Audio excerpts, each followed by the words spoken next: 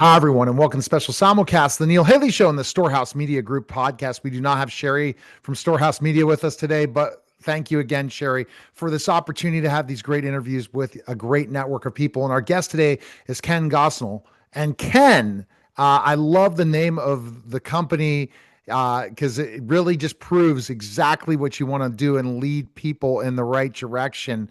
Ken serves as the founder and CEO of CEO Experience. Ken, thanks for stopping by. And what I like about it is you really have a focus and intention of why you started this organization. Ken, tell me about your story and why this CEO Experience. Well, thank you, and thank you for having me. Yeah, CEO experience started about 20 years ago. I had a business that was prior to that, and I was having some struggles. And I went on a retreat one day, spent some time alone to think about where to go next. And in that moment, it kind of came to me. I wish that I had trusted advisors, peer advisory board, content that could help guide me through some of those difficult and negative times. And so my path was I started to look for that and didn't find it anywhere. And so then I decided to start it. And the experience component comes from the idea that we want to create experiences, but we also want to value the experience every person that we work with because I believe in their uniqueness, their gifts, their talents, their abilities. They come from different experiences, different places. And those experiences are very valuable. And then when we bring them all together and we're able to share best ideas, win walls, and all those things, it really creates this unique experience that we believe will motivate, inspire, and encourage every CEO and business owner. So getting them together is so key. That community, not a networking thing where you're on a networking call and a Zoom call, not a situation where you're in a BNI or some sort of that nature. It's different. What makes you guys different? Well, we have a couple different experiences. So, one is that we are in person, that we come together for different periods of time. So, based on different people's size of business and different revenue streams, we might be together for a couple hours versus complete all day or even a couple days, depending on different times, again, different locations and different the needs that they have. And then once we get together, we have a unique proposition that we want to bring learning into that opportunity, but we also want to learn from each other. We want to be proactive, but we also want to be reactive, meaning that we can deal with problems in real time situations that are going on, but we also want to be very strategic. And so, but the biggest differentiator, I believe, is we say we let God into the room. And so I come from a faith perspective. And we believe that when we let God into the room with whatever conversation we have or whatever situation or issue that we're dealing with, all of a sudden he's the change factor. He's the differentiator. And the Bible says where two or more are gathered, His Holy Spirit is there. And so we make room for God to be in with us. And that really is kind of the differentiating factor to our organization. And absolutely, because there's some more ethical situation. If they're going to bring out their faith in a place because sometimes they can't. In other businesses, I have a client of mine who prays before every meeting, and I'm absolutely blown away by that. And he does it with non-Christians. He does it with anyone. Okay, he's a strategic leader. I'm definitely going to connect you to him. And he literally just goes ahead and prays before every meeting. And it just really shows me something that meant, you know what? Someone that represents themselves like that is so important. And I think you guys coming together in this certain way, and shout out, that's Jody Corbett, that does that, but that brings this experience together. Like finding those people. How many are out there that truly want to discuss faith with business? Are you seeing a lot since you've built this experience? Absolutely, and I see it growing more and more. And it's really not just faith too. It's also their personal life. It's their business. And so we believe that we cover the entirety of a person. I had a CEO that woman CEO that's part of our group, and she just talks about the experience that she has every month as we get together. And she said, "This is the only place that I can bring all of me. I can bring my motherhood. I can bring my personal life, my issue, things that are going on. I can bring my problems. I can also bring my business strategy. I can bring my femininity and my leadership strength. And this is the only place that I've ever found that accepts every facet of who I am. And I love to hear those stories because that's really our drive. We're wanting the CEO to walk in the uniqueness of who they are. And we're not prescriptive, meaning that we're not telling everybody to go out and pray with their team. If that's what their uniqueness to who they are, then yes, push into that.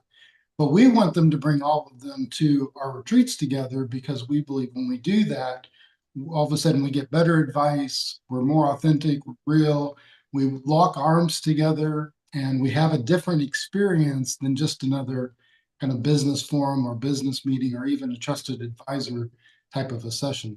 Let's see what I gather by going to your website right now. It's beautiful, and I love just the experience, meaning of how you have so many different activities. You know, a lot of people get in these and say, "When am I going to get to meet together?" You know, you join there's tons of people joining masterminds, right? And one thing I don't like about masterminds, Ken, and I'm going to give you straight out, is trying to take information. And I have to ask, do you work with entrepreneur CEOs or ones that own bigger companies? Because ultimately, they're different. C-suite is different than CEOs are different than a CEO that started their own business. So I'm going to give you that distinction. But I found a group. I love networking with these guys, but the person who was running that community was kind of worshipped in certain ways, which I didn't like. Meaning, oh my gosh, she's the greatest thing since sliced bread, and which she wasn't. And then secondly, and then I went up to him and he just like acted like he was bigger, that he was a celebrity. And, you know, I interview celebrities and they don't treat me that way. So that turned me off.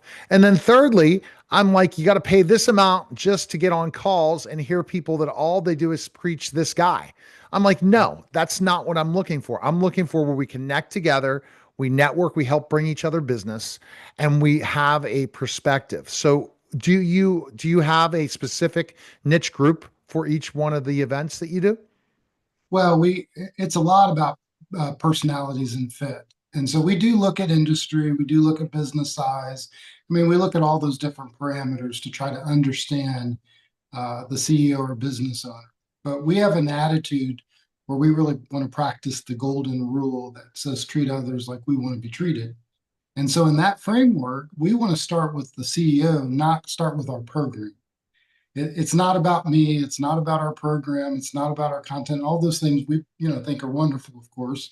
But what is more wonderful is you. It's the person that I we're love dealing it. with. You have a And lot of so events and different things. So talk about we some of these programs you have. yeah, so we try to give again based on where you are in business, and we all go through different seasons and situations. And so what we try to do is really think of all the different types of events or situations that a business owner go in so that we can provide an option for them based on what they need. And so we have what we call strategic retreats, which are quarterly based. That is really more strategic thinking. It might be a day or two where they're thinking about building their business, or maybe even a startup type of a phase where they're really needing somebody to partner with them. Then we have monthly retreats that are more peer advisory. They really lock arms. So we get together with about 15 CEOs and they stay in that group for a long period of time. I have That's a like a group mastermind almost.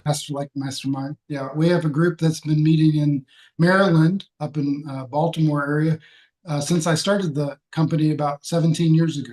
And so they've been together for 17 years, which is a pretty amazing thing. Now, we may have somebody sell their business and we're going to replace one or two of them at that particular time. But the bulk of that group has been together since we started it. Then we have more of what we call private retreats, where we might bring together one or two individuals, maybe for an hour or 90 minutes. And they might be weekly, where maybe a person's going through the sale of their business, or they're thinking about something or maybe it's a personal issue or a personal problem that they're dealing with. And so it's timely. We have to kind of walk with them through that particular situation. And so we really follow what we believe, what we call them the seven pathways, seven different types of retreats that we offer, events that we offer. And where we get that is we believe that those were the ways that Jesus interacted with people Mhm. throughout his ministry. And so he would have time with his disciples. That might be a team That's great. retreat. he might go and talk with the Pharisees. That might be a peer retreat. He'd have time one on one with one of his leaders and Are have a those deep types, those discussion. retreats, are they kind of like a way where some of them that see they want to be part of a mastermind all year after they see if this is the right community for them? Correct. Explain Yeah. how that mastermind works. What do you have, and what's the commitment for something like that? Well, we don't have any long-term commitments. Part of Oh. stewardship, we believe, is that if we're not providing value for you, that you can quit at any time. So we don't make anybody sign any kind of contract or for any length of Mhm. period of time. I love that I perspective. think I love that too, Ken, because I try to do that with my clients. I go Right. month to month. If Yep. they want to pay Absolutely. for a year for a discount, then they got a contract for a year and you can't get out of it. That's it, because I put the time. But ultimately, month to month is the best because you go to work every day and you roll up those sleeves and go. It might be a Yeah. little bit more stressful, but you're proving, hey, they really like you. If they've stayed month to month for 5 to 6 years, you've proven yourself Absolutely. tremendously. And I think that's the whole thing. It's you want to provide value, and if this is not the right fit for them, you don't want them stuck in a contract where they're just going to be I guess, a negative Nancy in the group, or that I think that I love what you do in that way. So Yeah, ultimately, I'm really proud of that. I tell them I'm good for about 5 minutes. So for those that have stayed with me for 17 years, they're getting value somewhere. And Ken, so I'm so glad we found you. It's amazing how these things. I know so many people to connect you with. I was looking on your website. It's definitely an affordable networking group. I told you, you know what, that one I was talking about was going to be $1,000 a month, and I said, you know what, but then I'd have to give my trade secrets away. I'm like, no, I'm not doing that, so that somebody else could take it in the group or take it in my story and the idea. No, I want people in confidence. When I'm sure when I talk to you, Ken, you're not going to go and blab to the rest of the group if I'm saying, hey, this is the struggle I'm having right now, Ken. absolutely. Absolutely. That Yeah, actually our membership with our groups are it's uh, they decide on who they add to the group. And obviously it has to be kind of a win-win. So I have to give approval. The new person has to want to be a part of the group, and then the group itself has to say yes, they would be a good fit. And so, we're really trying to practice that golden rule of thinking in wow. others, considering others. And so, And you have an affordable uh, networking group that you can join, get part of, see if you like the community, if it's the right fit. And honestly, I could tell you, you're not selling. You said if God's bringing him out there, right. the experience, but I'm sure you teach a lot more than just biblical principles and all this. You look at business, and you'll also look at if you have a team or you're small. So let's just say you're a solopreneur. You might have a small team, especially now we're seeing the whole thing with AI. A solopreneur making decent money, they can welcome into the group as well. By going to the retreat, you'll see if it's the right fit. It's like going there. Are we connecting? Are the dots? It's not, and if it is, it's going to be a fit, right? Is that what it sounds like to me? Yeah, absolutely. Because we know people go through different seasons. I've seen businesses scale up really quickly. I've also seen businesses lose a lot of money, unfortunately, at different times, based The, on. the good news now is scaling could be without more people because of Right. the opportunities with AI now. That's right. And Well, yeah, go ahead. Well, I always say, even with solopreneurs, that their team is bigger than they realize. Even for a small business that's in solopreneur by themselves, they're probably working with a lot of vendors, a lot of Yeah, contractors oh, in order to time. produce their right.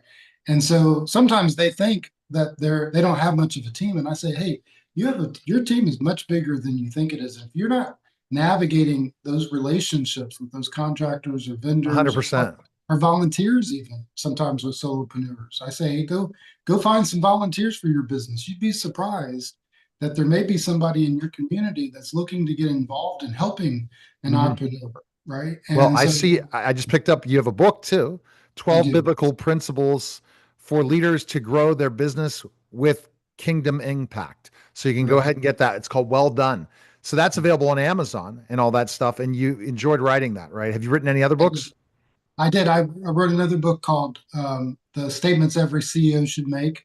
It was during a difficult time back in the housing crisis, and so we were having a lot of difficult, conversations. And so I wrote that book, and I've got another book coming out probably in early spring of next year called "The First CEO," and it goes back to Adam and Eve in the Bible. I call them the first CEO. They had Right. seven decisions that they made in the garden that I would say either breaks or break through your business. And so All anyway, right, that book is fantastic. coming out.